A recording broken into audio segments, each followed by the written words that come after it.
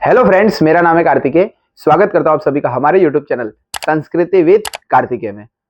Friends, आजकल जो भी व्यक्ति अपनी कुंडली का विश्लेषण कराने आता है तो वो अपनी कुंडली का विश्लेषण कराएंगे तो कोई ना कोई ग्रह हमारे कुंडली में नेगेटिव होगा, कोई ग्रह पॉजिटिव होगा।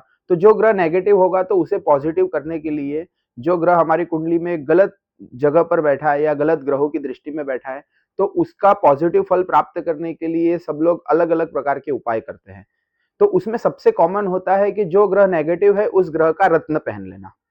तो वो रत्न तो हम लोग पहन लेते हैं, लेकिन बहुत से लोगों के साथ ऐसा होता है कि पंडित जी हमने रत्न तो पहन लिया, लेकिन रत्न पहनने के बाद भी हमें उसका फल नहीं मिल रहा है। तो ऐसा क्यों होता है? क्या होती है ग्रहों के रत्न पहनने की असली पद्धति? क्या है वैदिक पद्धति? इसी सब चीजों के बारे में फ्रेंड्स आज हम बात करेंगे और इसका सॉल्यूशन जानने का प्रयास करेंगे कि ग्रहों का रत्न कैसे पहनने से हमें उसका फल जल्दी से जल्दी और अच्छे से अच्छा मिल सकता है। तो आइए एक प्यारी सी मुस्कान के साथ आज की इस वीडियो की शुरुआत करते हैं। फ्रेंड्स, सभी ग्रहों के लिए अलग अलग रत्न बताए गए हैं। मैं आपको यहाँ पर एग्जाम्पल से बताता हूँ। जैसे कि आप देखिए, चंद्रमा ग्रह अगर आपकी कुंडली में किसी भी तरीके से पीड़ित है या चंद्रमा ग्रह नेगेटिव जगह पर जाकर के बैठ गया है या अपने शत्रु ग्रहों के साथ जाकर के बैठ गया तो चंद्रमा कुंडली में नेगेटिव हुआ। तो चंद्रमा को पॉजिटिव करने के लिए जनरली चंद्रमा का रत्न आता है जिसे कहते हैं मोती। तो ये मोती पहनना चाहिए। अब इसको पहनने की क्या पद्धति है फ्रेंड्स? तो सबसे पहले मोती जो है वो चांदी की धातु में पहने जाते हैं। तो अगर आप अंगूठी बनवाते हैं तो चांदी में अंगूठी बनवा लीजिए। फिर दूसरा सबसे ज्यादा खास ख्याल रखने की चीज ये है कि हम जो रत्न बनवा रहे हैं उसे जब हम अपनी उंगली में ऐसे पहनेंगे फ्रेंड्स, तो ये रत्न नीचे से ऐसे खुला होना चाहिए जिससे कि आप देख सकते हैं, मैं थोड़ा नजदीक से दिखाता हूँ। ये रत्न नीचे से हमारी जो भी उंगली में हम पहन रहे हैं उसे टच होना चाहिए, क्योंकि अगर रत्न हमारी उंगली को टच नहीं होगा तो उसका फल हमें मिलेगा नहीं। सबसे पहला नियम है, यानी वो नीचे से बंद नहीं होना चाहिए, नीचे से खुला होना चाहिए और हमारे स्किन को टच करना चाहिए, जिससे कि जब भी हम उसे पहन करके निकलेंगे तो वो मोती हमारी स्किन को टच हो रहा है तो वो अपनी पॉजिटिविटी देता रहेगा।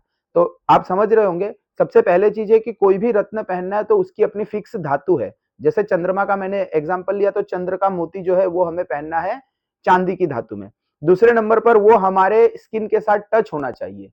तीसरा नियम है कि हर एक ग्रह के रत्न को पहनने के लिए उंगलियां फिक्स की गई हैं।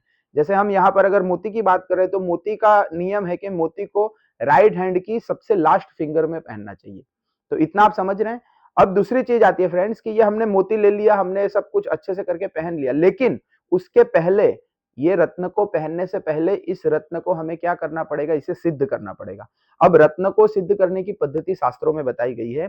जैसे अगर मोती की ही हम बात कर रहे हैं तो ये मोती रत्न है, तो मोती चंद्रमा का रत्न है तो चंद्रमा के मंत्र बताए गए हैं। उसके अंदर अलग अलग प्रकार के मंत्र हैं, जैसे कि वैदिक मंत्र है तो वैदिक मंत्र से इसे सिद्ध करिए। वैदिक मंत्र से अगर नहीं करना चाहते हैं तो पौराणिक मंत्र भी बताए गए, पौराणिक मंत्र से सिद्ध करिए। पौराणिक मंत्र भी नहीं है तो सबसे ज्यादा कारगर कोई मंत्र है तो उसे कहा गया है बीज मंत्र। जैसे चंद्रमा का बीज मंत्र है ओम श्राम श्रीम श्रौम सह सोमाय नमः। इस मंत्र से इसे अभिमंत्रित करना चाहिए। अब अभिमंत्रित करने की भी संख्या बताई गई, ऐसा नहीं कि 2 बार पढ़ा, 5 बार पढ़ा, 11 बार पढ़ा मंत्र और हो गया अभिमंत्रित, नहीं फ्रेंड्स।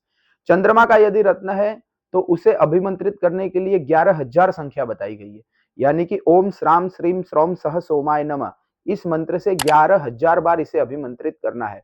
अभिमंत्रित 11,000 बार आपने कर लिया, फिर उसके बाद में 11,000 का पार्ट ऑफ 10 यानी 10वां भाग, यानी कि होगा 1100। तो 1100 बार हवन करना है ओम श्राम श्रीम श्रौम सह सोमाय नमः।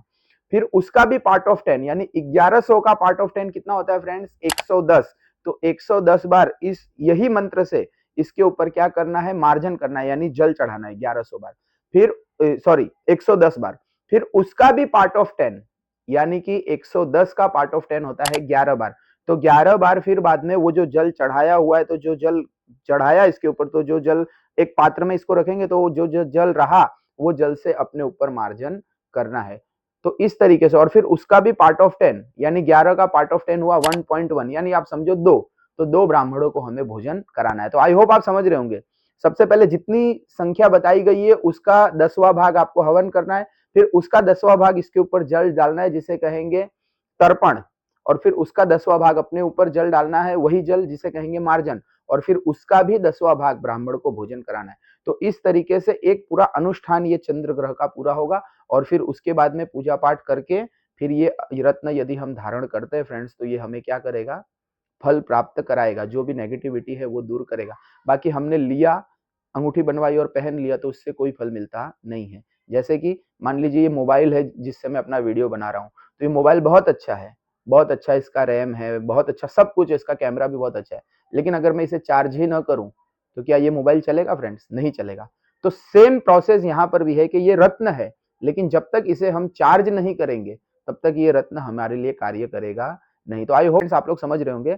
सारे ग्रहों का इसी तरीके से बताया गया है। जैसे सूर्य का देखा जाए तो सूर्य के 7,000 जप संख्या बताई गई है। शनि का देखा जाए तो शनि की 23,000 जप संख्या बताई गई है।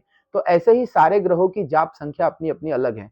तो वो जाप संख्या यदि आप स्वयं करते हैं तो बहुत अच्छा, नहीं आप स्वयं कर सकते तो किसी पंडित जी से करवाइए और पूरा अनुष्ठान करके फिर आप रत्न को धारण करेंगे तो आपको 100% फल मिलेगा। और अगर बिना आप अनुष्ठान किए, बिना उसकी जो प्रोसेस बताएगी वो प्रोसेस को किए बिना आप डायरेक्ट पहन ले और कहेंगे कि हमें इसका फल मिल जाए, तो वो फल मिलने वाला नहीं है। आई होप फ्रेंड्स आप लोग समझ रहे होंगे। आप लोगों का जो ये रत्नों के बारे में जो भी अपना होगा प्रॉब्लम, उसको मैंने सॉल्व करने का इस वीडियो में अपने तरीके से अच्छा प्रयास किया है। अगर आप लोगों को कुछ भी इन्फॉर्मेटिव लगा हो फ्रेंड्स, तो एक बार वीडियो को जरूर लाइक करिएगा। और भी मैंने काफी वीडियो बना के रखे हैं चैनल पर, आप जाइएगा देखिएगा, आपको काफी कुछ जानने को मिलेगा।